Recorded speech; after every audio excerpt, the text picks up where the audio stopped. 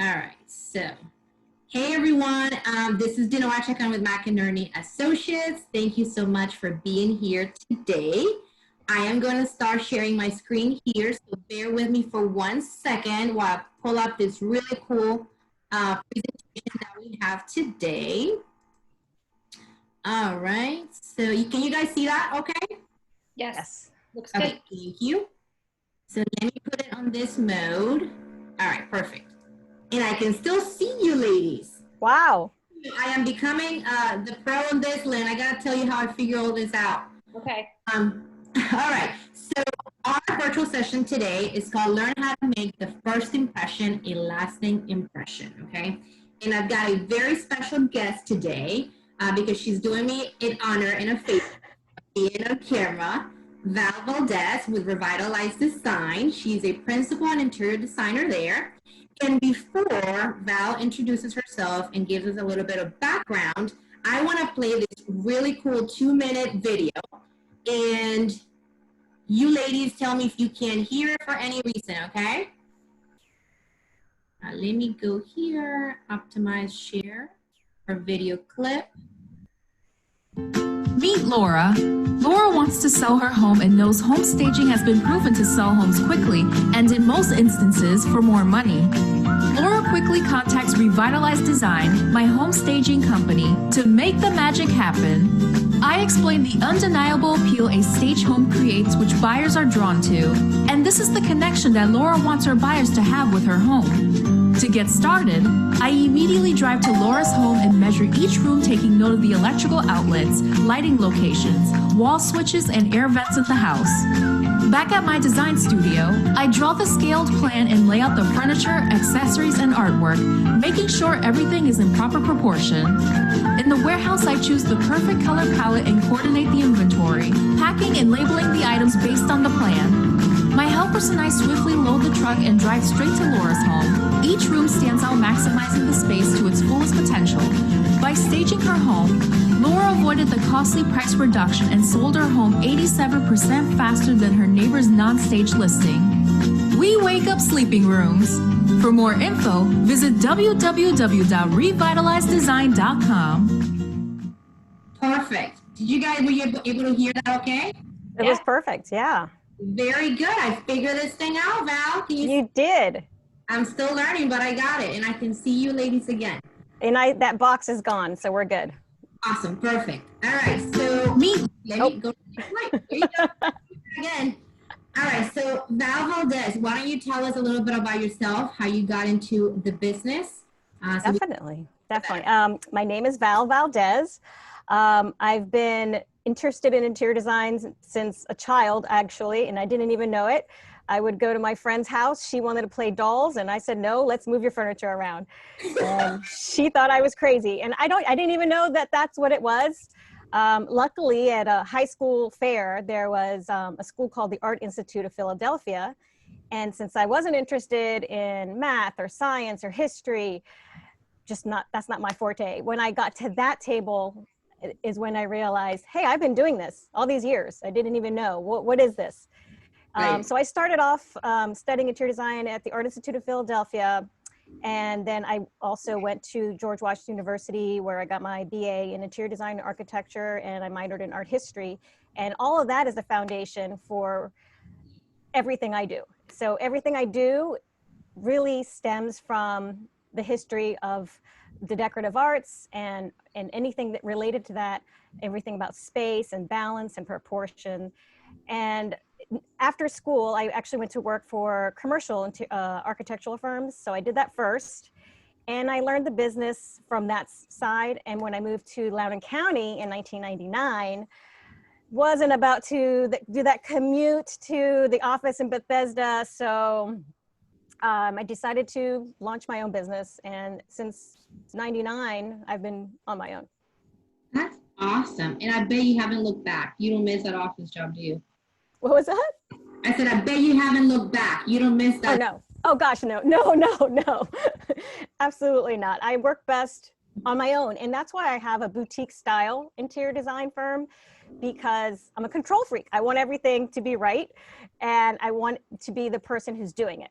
I don't want to hand it off to an assistant. I want to be the one who's doing it. So when you work with Revitalize Design, you're working with me. Yes, and that's one of the aspects that I love about you and your company. So obviously the purpose of this particular virtual seminar is to prep all of you out there who are thinking about selling the home. And I'm sure you've all heard about staging. Perhaps you know what it is, what it entails, or perhaps you don't have an idea exactly what the process looks like. It's been proven, and I'll actually go over some very good data that I have from my survey. But one of the things that I also want to talk about is the difference between staging and interior design, and we'll get to that point. But I took this quote, Val, from your website that says, "My approach to design is to create an environment that is an extension of the client's personality and lifestyle, which is always unique." And I think that is the key, and you explain that when we get to interior designing versus staging. So let's move on and explain to our potential sellers what is staging. Of course, I've got my formal description there, but I want you to tell us in your own words what it is that we do. So the goal of staging is to create an emotional attachment to a home. You've got strangers coming into a space. They're only thinking about their selves, how they're going to live in there. And if the space doesn't speak to them, if they don't feel like it's home, they're going to turn around and walk right out. So staging really is, it's a marketing tool.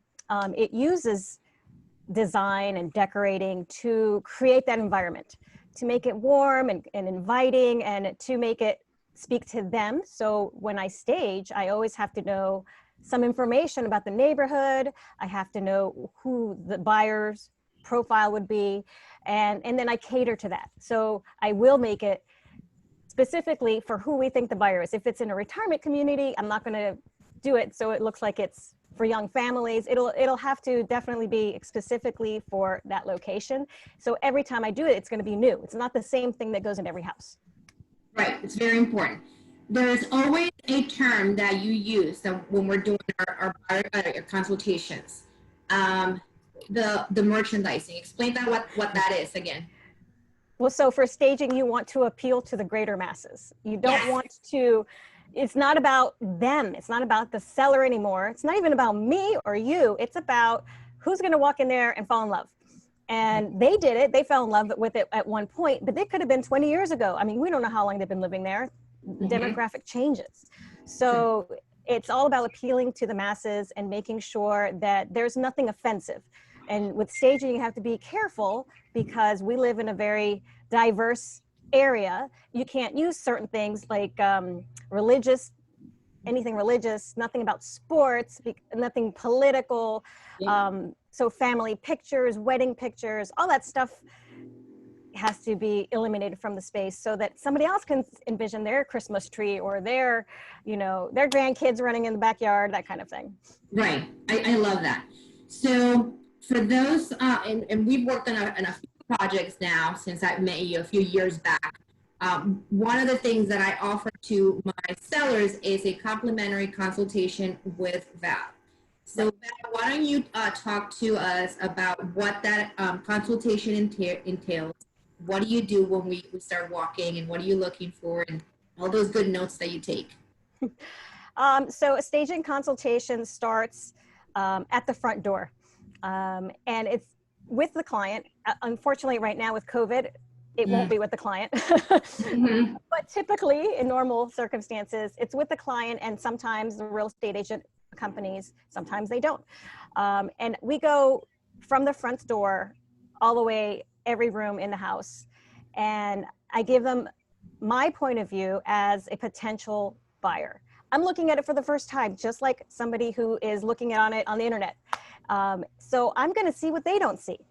And again, I'm looking at it so it's more neutral and not their personal taste anymore. So every little thing in the room gets pretty much looked at.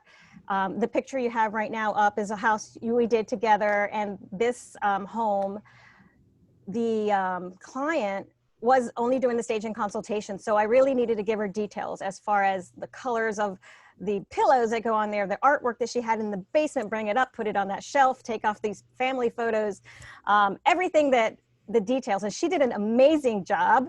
She took all of that information. She brought that rug up. I said, get that cocktail ottoman out of there. It was too big. So I look at the path of travel. When somebody walks in and they immediately, what's the natural thing to do? Go to the right into the living room.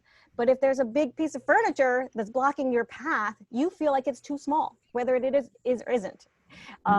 It's just, we want to make sure there's nothing that blocks their concentration, and we want them to see everything beautiful. Absolutely.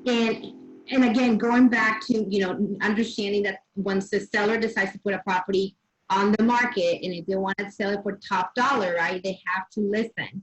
And this was a perfect example that, again, everybody's different and everybody can choose what they want or don't want to do, and depending too on their budget, right? Absolutely. Your instructions to a T. And I do have the final stats on this particular home because it sold yesterday. Really? Yes. So finally, we were able to close on that. But I want to talk to you about this particular stat, and I want you to tell me if you agree or not. So in 2019, the National Association of Realtors did a survey.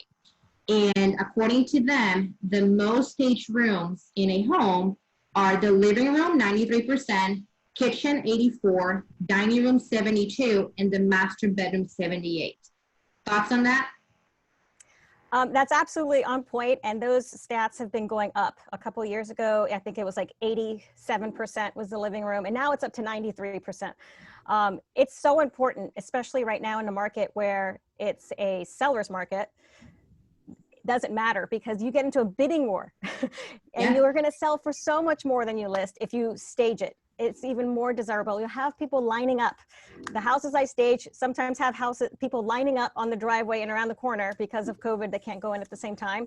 Right. And it's great. It creates this excitement. Right. And one of the things that you had told me too was when you look at these rooms, these are the rooms that families spend most of the time in, right? Yeah, it makes sense. It's where you're going to spend your time. It's where everybody is. They gather, and it's where they make their memories. True, absolutely.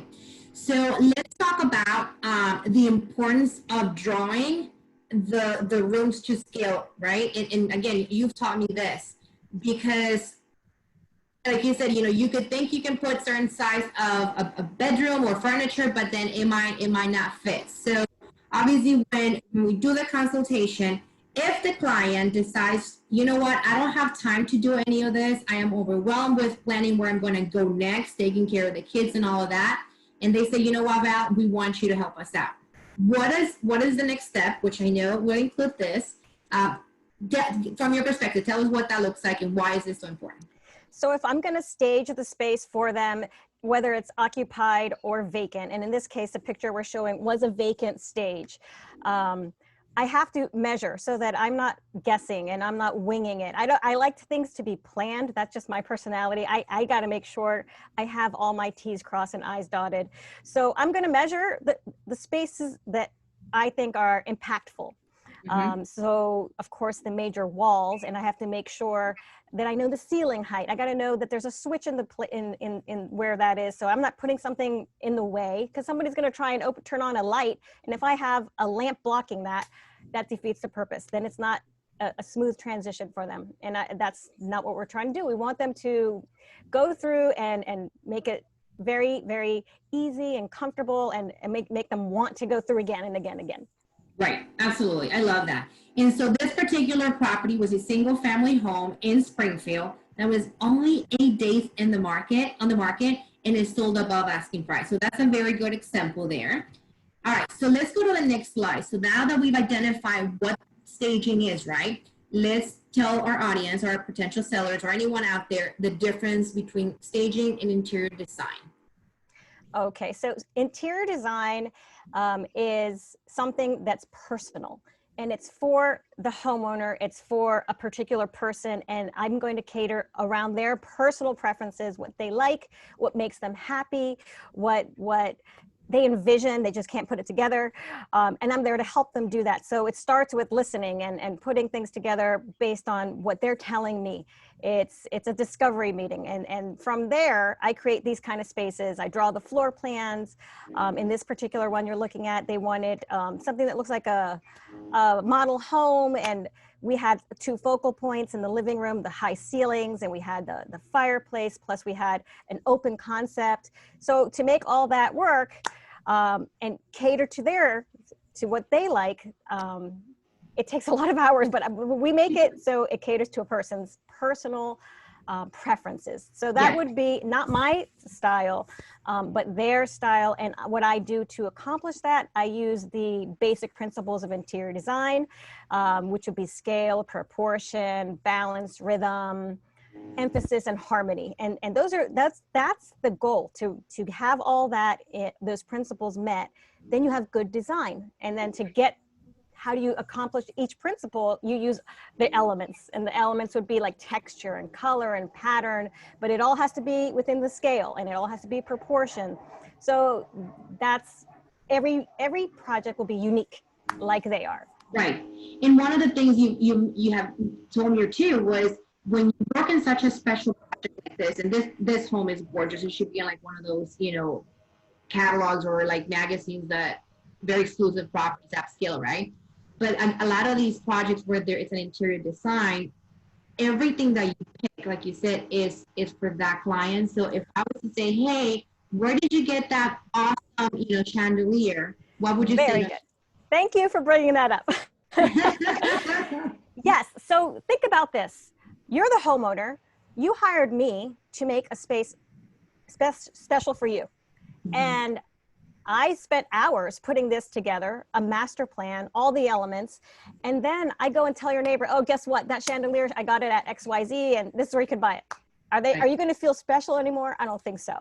So everything that I select is proprietary. And so I don't just give that away, because it wouldn't be fair to the client. That's awesome. Absolutely. And I can see that, especially if we're pouring the resources financially and emotionally to tell you what we want. We don't want the neighbor to have exactly. Absolutely awesome wallpaper, right? Well, thank you very much for that. So let's move on to the next step that I have for you guys. Did you all know that 95% of home buyers begin the search online? I know that I'm online all the time, right? So it's very important that you are creating that first impression, a lasting one, which again ties to the title for today's session. One of the things that I do with the client, once we know that they're ready to sell and they want to move forward, and we've talked to, we're going to set up the consultation with Val, is I give them this particular, we call it a checklist, or a guide, the ultimate guide to preparing your home for potential buyers. And it's just like little things that you can start doing on your own, and obviously set the stage to have your home present fantastic once my professional photographer comes and takes those fantastic pictures, right? So one of the things that I added to this particular slide, Val, was something I see it. that stuck with me, right, when you and I were discussing putting this together, was mindset. Tell us what you told me. Well, you had asked me, what's the first step to staging? Yeah. You're like, is it decluttering? I'm like, no, it's not anything physical. It's all mental. So the first step before you sell your home is your mindset. If you are ready to part with the home, then we can get started with staging and everything else. Because what I've found over the years is the clients who are not willing to open up and listen to what's wrong for the staging or whatever feedback, is they're just not ready to separate themselves. They're still attached. So that's something that they need to work on before, so it would make life so much easier. And I gave you a tip. I said, why don't you have a packing party, get some boxes, invite the family over, and start putting those photos away and say, oh, do you remember this party? Do you remember this birthday? Oh, remember this? And put those memories in a box, because they're very important, and you want to take them to your new place. So they're going to be packed anyway. So that would be a good way to get started with the first steps. Especially too, because a home holds so many memories, right? And it's hard sometimes for people to let go of all those memories and the souvenirs, but it's very important. And you said, once you start thinking that, okay, this was my home, now it's my house, then that's where the mindset starts changing, because you're gonna be now finding your next home, or you're going to be moving away from that to start a new chapter and create new memories at the next home. Absolutely. Absolutely. Once they get that packing party is really going to help them emotionally change mindset. They're going to be like, oh my gosh, I'm so excited. We're going to wherever, Florida, down the street, and wherever it is, new construction. And it's the catalyst to get them going. That's awesome. I hadn't heard that idea, suggestion, so we talked about it. All right, so another very amazing stat here from the same survey in 2019. 83% of buyers agents say that staging makes it easier for buyers to visualize the property as their future home. And 53% of seller agents say that staging a home decreases the amount of time a home spends on the market, which I will definitely concur with that. This particular project Val and I worked at, it's a townhome in Springfield. It was a vacant property, so it was a vacant a blank canvas, right? That's the expression. And I can tell you that when I had that open house, I had a lot of neighbors come over because they were all invited, and they loved what you did to be able to showcase the space, because it was not an awkward layout, but it was small. And they said, we can never figure out how to put the furniture. So tell us about the challenges you had with that particular space and how you were able to come up with the setup. Like you said, this space is kind of small, and small spaces, in my opinion, benefit greatly from staging, because people can't figure it out. Does a sofa fit here? Oh, that's too small. Just a chair is going to fit there. Where are things going to go? So staging helps them envision a beautiful space, a functional space. And in this space, the dining nook was kind of small, and the kitchen was enormous. It was enormous, and it had a huge eat-in kitchen that would be bigger than a normal dining room. So what I did in there was really do 2 living spaces instead of a living dining, to give them ideas how they can use it and go back and forth, create movement. And then in the kitchen, I made that the dining room, and I set it up with plates and everything so that they realize they don't need a dining room. Let's make the most out of what you have and make it functional and dual purpose, that kind of thing. So this was a great one. I enjoyed this. And I gave you tips too, because there was a ceiling fan in the dining room, and the ceilings were too low already. So that would be a tip. You don't want to put a ceiling fan when the ceiling's that low. We do a flush mount fixture for that. So you said, you were like, that has to go. That's what you told me. You said that has to go. You need to get rid of it. It was like an order. That's what it came across. Sorry. I had to get So you know, I'm very upfront and direct. That's just my personality. I mean business. Oh, I didn't take it personally. That's one of the things I love about you. So I appreciate that tip. So for those, sellers, and I've been in some spaces where, again, they like the large, oversized couches. Oh yeah. Personal, but when we're gonna go put your property on the market, it just makes the rooms a lot smaller. So that is something for you to start thinking about, that if you have oversized furniture, and if you're thinking about selling, and when I come in with Val, that's probably one of the things that we're gonna tell you to move or, put in storage, because again, once the space just looks proportionate, people can visualize. We want the right size, but we also don't want distractions. So if they have a floral pattern was popular in the 90s, it's not popular now, somebody walking in will just be looking at that pattern and not at the crown molding. So those are tips that we'll be sharing with them during the consultation. Absolutely. I love that.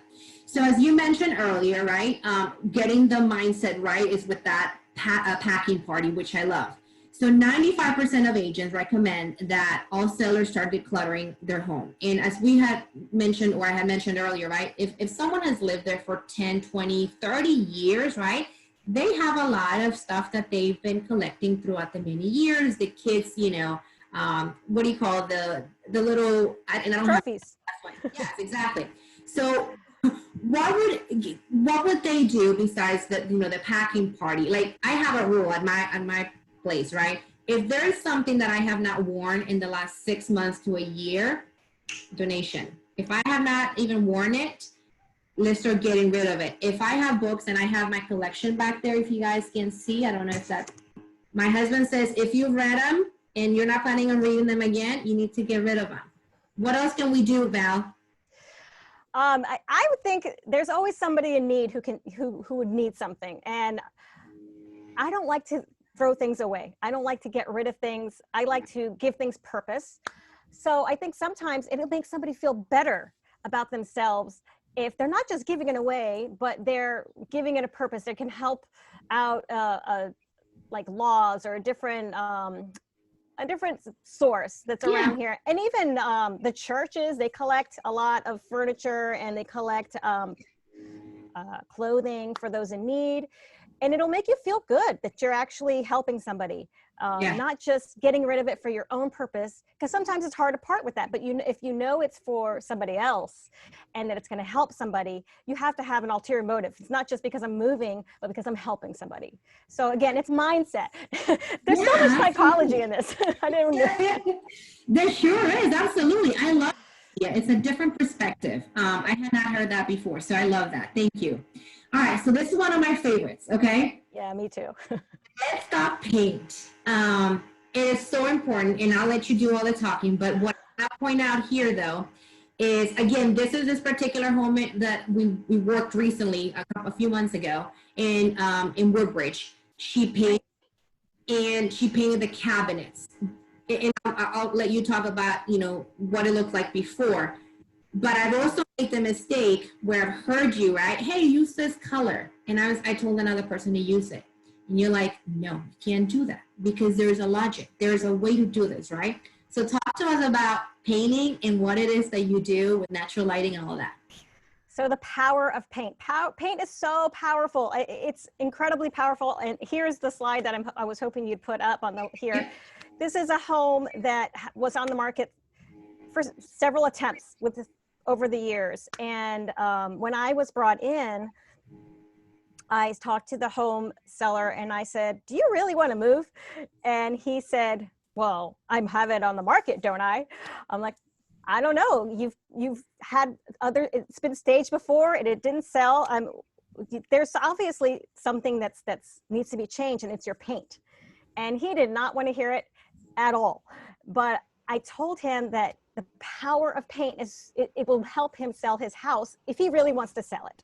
Mm-hmm. And after some convincing, he allowed us to paint. And you can see it's like night and day. That's the exact same shot of his foyer and his living room. And that table is his table. I took it from another room and I just painted and put the proper sized rug. Instead of a little tiny rug, you put a larger rug. It's another tip to emphasize scale. Yeah. But the power of paint, if you don't have the right color, then it's not going to help you. And you can't just say, oh, it's gray, gray's in. Well, guess what? It's not always agreeable gray. The client for you in Woodbridge, it wasn't agreeable gray because I believe it was a different one, but her exposure from the sun was different than this one. So it's gonna look too pink if you use the wrong color, or too peach, or too green. So gray has so many undertones, so you have to be very careful not to select just any gray. Yeah, sometimes agreeable gray works, but sometimes it's not agreeable gray. And I go to my appointments with a fan deck and I show the clients, this is what this looks like, but look at this other one. It really helps pull out the architectural features, maybe the trim. You want something that provides contrast, but still neutral enough. So the paint really makes a huge difference, I can't say it enough. And in this, and the furnishings as well, but the paint, it speaks volumes, and it's the easiest fix. And the most cost effective too. Definitely. And I know that you will not stage if they don't paint. I have been known to say, this guy, I did tell him actually in this exact instance, I said, well, if you're not going to paint, then there's no need for me to stage. You already staged and you didn't sell with somebody else. So what makes you think that this will be different? Right. And that stopped him. And I was like, I don't really want to waste your time. So if you're not going to paint, let me know when you're ready. Let me know when you paint, and then we'll stage. And he painted. He sure did. And I told you this before. This is one of my favorite projects that you've done. Because, and I told you, look at the difference. And if I was the buyer looking at the photos online, right? The bottom one, it just looks spacious, tons of natural light. I can see the trees. I can see the view. Do you see the water? This house is on the Potomac River. It's all about location, location, location in real estate, but it didn't sell. Why? Because it wasn't painted and it wasn't staged according to that price point. I believe this was very high price point, 1.7, I think. Yeah, 1.7, that is correct. Right, so 1.7 million. You can't just have outdated furnishings because, again, we want somebody to walk in and be wowed. We want them to say, oh, I want to live like this. Yeah. They don't want to live like something that's outdated because they're spending 1.7 million. So let's make it look like 1.7 million. Exactly. I agree. Yeah. Just so for those of you that are wondering, that property sold $59,000 above asking price after many years of attempting to sell it. So he listened, Val. I love that project. That's the best project I did. That's the best testimonial I have. Absolutely. So let's talk to the audience or to those sellers that may be thinking, okay, well, what if I really don't have the budget to be able to stage? Do I have any options? And then second, could you work with some of their furnishings that they might already own? Okay, this is a great. Maybe they don't have the money up front to stage. It is a few $1,000s. It's a lot of work and it makes the most impact of your house. But almost always, and I'd say over 90% of the time, they need to paint, or they need to change that countertop, or they need to change some light fixtures, or update the bathrooms, paint the kitchen cabinets. So if they do have a situation where we need to do updates and we're going to stage, then the cost, of course, is going up. So I do have a partnership with a contractor that if you go through me for staging, I enlist him and together we'll do the updates, and you pay nothing up front. You would pay all of the staging and the updates that you have made to your home at closing. And I don't know what's better than that. I know. I love it. And again, the way I explain it to my clients is, why not make the investment if we know it's going to, again, it's going to make a difference. It's been proven. The stats show it, right? Versus having to do a price adjustment later, or you having the property sit on the market longer than needed and having to make another payment. And what on your mortgage, right? Having to make another payment on that mortgage. And what happens when a property sits longer than the norm, right? And something's wrong with it. Yeah, exactly. And you know the market in Northern Virginia is hot. So if the property doesn't sell quick, there's something. It's either right. So you're right. And what I always say is that staging will always cost less than a price reduction. Always. I agree. And what I want to point out too, before I move on to my next slide, is that in this particular project, you were able to utilize the existing furniture. Yes, it took you a lot of time because you worked really hard, a lot of labor involved, but you literally went through the entire house, took inventory of what they had, and you and your team moved furniture around. And that was what was accomplished. And what a difference. Huge difference. And it's called redesign when I use what they have, and I'll augment with some pieces here and there, like artwork mostly. But yeah, just switch things around so they make sense. And now you can see that they have a custom sized area rug made for that room where you didn't see it before. It was there. Yeah, you can't even see it for sure. So there is that option as well. All right, so let's talk. We've been talking already about benefits of staging, but I want to give you guys some numbers, some stats. And again, this is coming from the 2019 survey that the National Association of Realtors completed. 44% of buyers agents say that staging a home increased the dollar value offered. There's my accent again. 22% of sellers agents reported an increase of 1 to 5% of the dollar value offered by buyers in comparison to similar homes. And then 17% of those agents that responded stated that staging a home increased the dollar value of the home between 6 to 10%. Okay. Incredible numbers. Projects. Yeah, incredible. So one of the things that I want you to talk about in this particular slide is, we all wish, homes were perfect, layout, space, lighting, right? This particular condo that just closed again yesterday, as well as Oleander. Wow, you're busy. I've been busy. So this condo at the Savoy, Reston Town Center, great location. And it sold quickly. I went under contract quickly, and I did not have any issues with what you're going to explain. And you got creative. So tell our sellers what you did here. Yes, so this is a unit in a beautiful condominium right in Reston Town Center, like you said. Gorgeous lobby, all the amenities. But when you walk in, it's an ADA compliant unit. What does that mean? That means that it was originally built for a wheelchair accessibility, meaning to the left of the stove, you see this big empty space, which I staged with like a beverage center. And that is so that somebody can wheelchair up and open the door to the oven. Same for under the sink. And you can see how those areas are lower too. So that you can wheel and underneath and wash your dishes and open the door to the dishwasher. So you'll have these two voids in the kitchen. The first thing you see when you walk in, it's a little unattractive. So I just wanted to give the buyer an idea. What can we do with these voids? You know, we don't want to put cabinets in there. So I put a wine rack, to give them the idea that maybe you could put a beverage center. Those are very, very popular right now, or a cooler or something. And I always use Pellegrino bottles. So you have the repetition of the same label. And I try not to use liquor bottles because we might offend somebody. Remember when I mentioned before, we got to think about all these things. Who's going to be there? You don't know. So you got to be careful and not offend anybody. So I just use water bottles that are decorative. And then underneath the sink, I use my seamstress, who I use for all my design clients. And I said, can you sew me something for this? We did a quick, she's amazing. She sewed the top and bottom. We put a tension rod, and it just looks like a curtain now. And it recedes because it's black. So it doesn't pop. I didn't put a pattern or something to draw your eye. I did it dark, so you're kind of just looking at other things. It worked, my friend. And I had a lot of showings there, and no one questioned it or as an issue. And I'm happy to say that buyer is now enjoying that condo. They're probably looking for the curtain.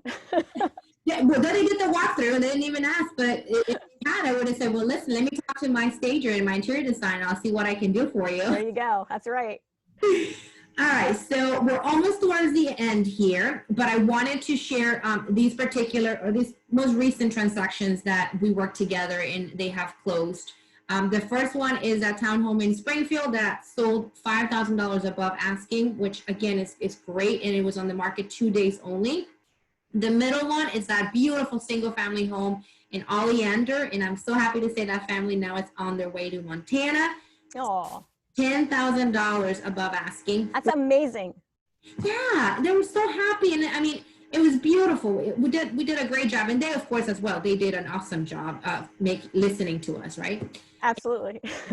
And the bottom one was Kimana Drive, where they sold for $6,000 above asking in 3 days on the market.